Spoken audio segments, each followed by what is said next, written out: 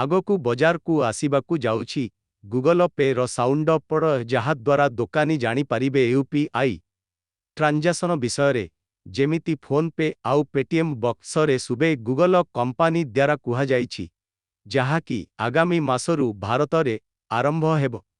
ଏହି ସେବା ଆହୁରି ମଧ୍ୟ ସାଉଣ୍ଡ ଅପ୍ ଦେଖିବାକୁ ବହୁତ ସୁନ୍ଦର ମଧ୍ୟ ଲାଗୁଛି। ଅନ୍ୟ ବକ୍ସ ତୁଳନାରେ ଅଧିକ ଲାଗୁଛି।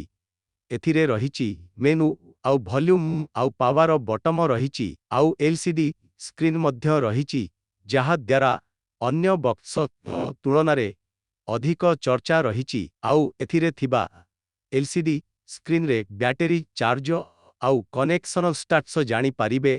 ଆଉ ଏହି ବକ୍ସ 4G ସପୋର୍ଟ ରହିଛି।